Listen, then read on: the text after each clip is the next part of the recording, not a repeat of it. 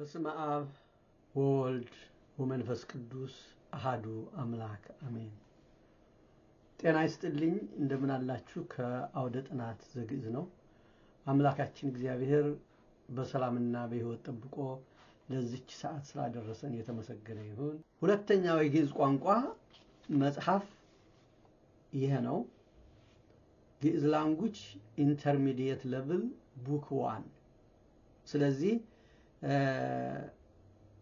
አንደኛ ክፍልን ያጠና ማለት ነው። ከፊደል ጀምሮ ስለ ፊደሎች በደንብ ያወቀ ሰው የፊደልን ታሪክ ማነው የግዕዝን ታሪካዊ አመጣጥ ጭምር በደንብ የተረዳ ሰው ከዚያ በኋላ ኢንተርሚዲየት መካከለኛ ካልአይ ክፍል ማለት ነው በግዕዝ ቋንቋ ሳስተምር ቀዳማይ ካልአይ እና ሳልሳይ በሚል ከፍዬ በሶስት ደረጃ ነበር ማስተምረው። ስለዚህ ያንን ነው ወደ እንግሊዘኛ የተረጎምኩት ማለት ነው። እና ኢንተርሚዲየት ሌቭል ቡክ 2 ማነው ቡክ 1 ሌተር ፋንክሽንስ ኤንድ ዩሴጅ ነው የሚለው።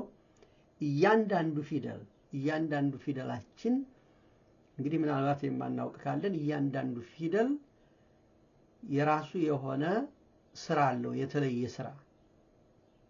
የተለየ ስራ አለው። ለምሳሌ እንበልና ሳልስ ፊደል ለአንስታይ ጾታ የሚያገለግል ነው። ይሄ በጣም ጠቃሚ የሆነ የቋንቋ አጠናን ስልት ነው።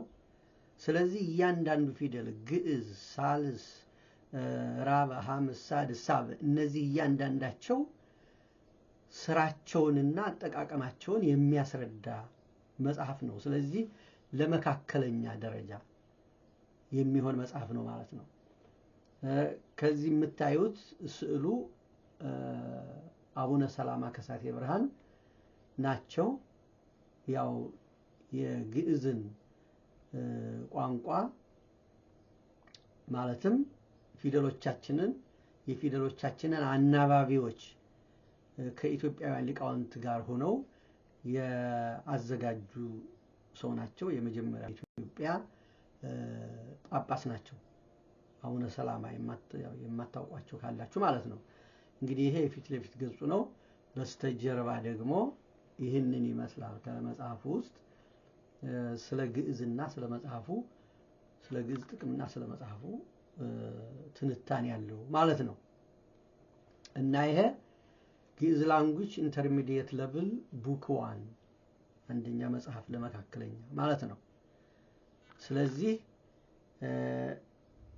ሁለተኛው የግዕዝ መጽሐፍ ማለት ነው። ግዕዝ ቋንቋ ትምህርትን በተመለከተ አሁን በሁለቱም በአማርኛም በእንግሊዘኛም ማስተማር ጀምራለሁ።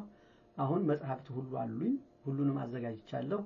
በጻፍኳቸው መጽሐፍት መሰረት በእንግሊዘኛ ለሚፈልጉ የእንግሊዘኛ ክፍል ይኖረኛል፣ በአማርኛ ለሚፈልጉ ደግሞ የአማርኛ ክፍል ይኖረኛል፣ ከህፃናት ጀምሮ እስከ ትልልቆች ሰዎች።